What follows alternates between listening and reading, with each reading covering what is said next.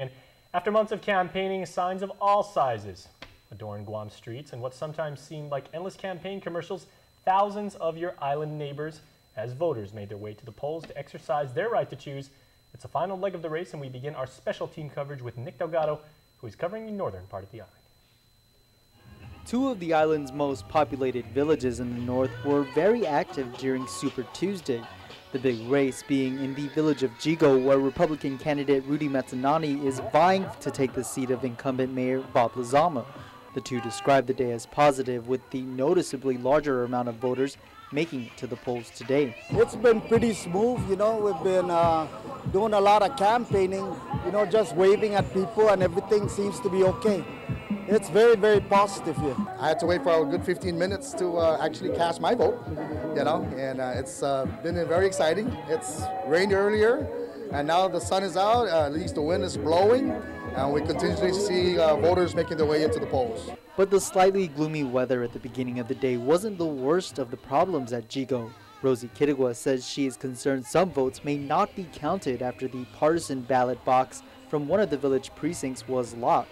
One of our supporters came out after voting and told us that after they voted, the ballots for the mayoral ballot was not open, so they had to put the ballots in the non-partisan box. So I called Guam Election Commission. The GEC reports the issue was corrected and ballots will be sorted out at the OG Fieldhouse. Over in Dededo, a minor problem with voters who didn't get the word that if they vote in Estumbo, the polling site has since been moved to Liguan Elementary.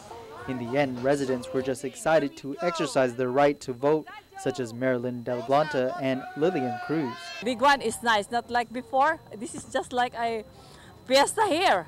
Since 8 o'clock when they start, everybody's coming here. The lines in there, some areas were long. But how long did it take you to get through the process? I would say half an hour. Yeah, at least half an hour from the time I came in to the time I came out. I didn't have a problem. I had my name checked off, waited in line just like everybody else, and no problem. Reporting for Guam News Network, I'm Nick Delgado. We make our way to the central part of Guam, where several of the village mayoral races were already determined in the September primary election, including the villages of Sinahanya, Tamuning, Hagatnya, Barragata, Mongmongtotumaiti, and Orda Chalampago. And for others, this is the first time they'll be challenging each other, such as in Pidi, where incumbent Vicente Gumatautau is challenging Democrat candidate Benny Rosalind.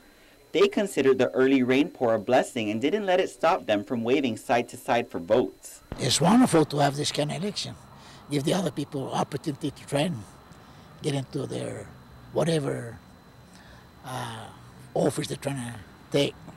But I know I'm a winner in this one. I feel so good, and I know that it's time for change, and I believe that I will win this time around.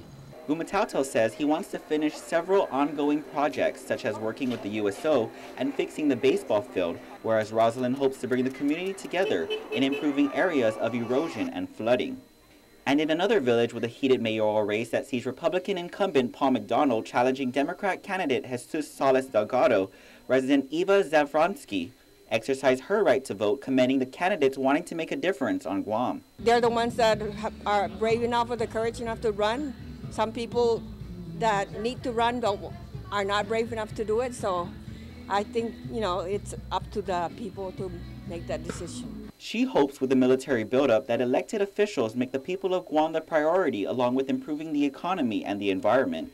And in the village of Manilao, Nito Blas was the only candidate on the ballot after Raimundo Mundo stepped down. Although he tried to rescind his withdrawal, the GEC rejected it, leaving him off the ballot.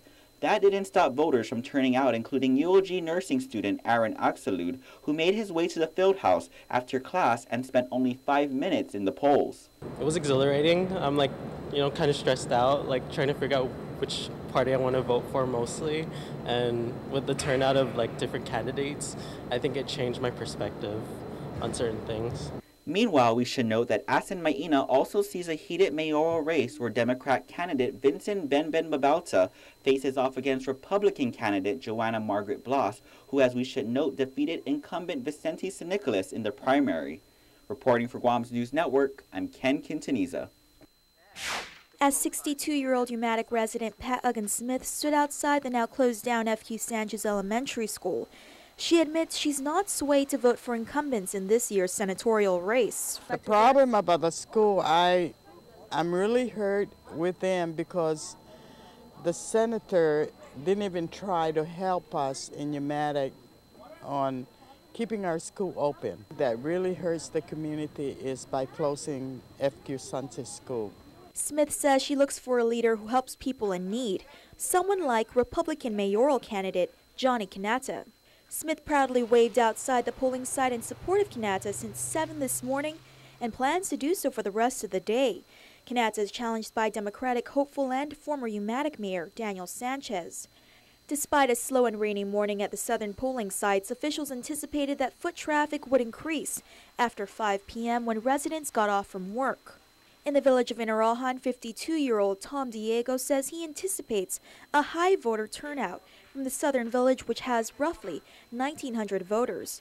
He expects up to a 70% voter turnout.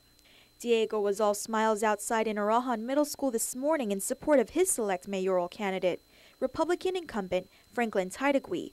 Taitagui is challenged by newcomer Doris Flores Lujan.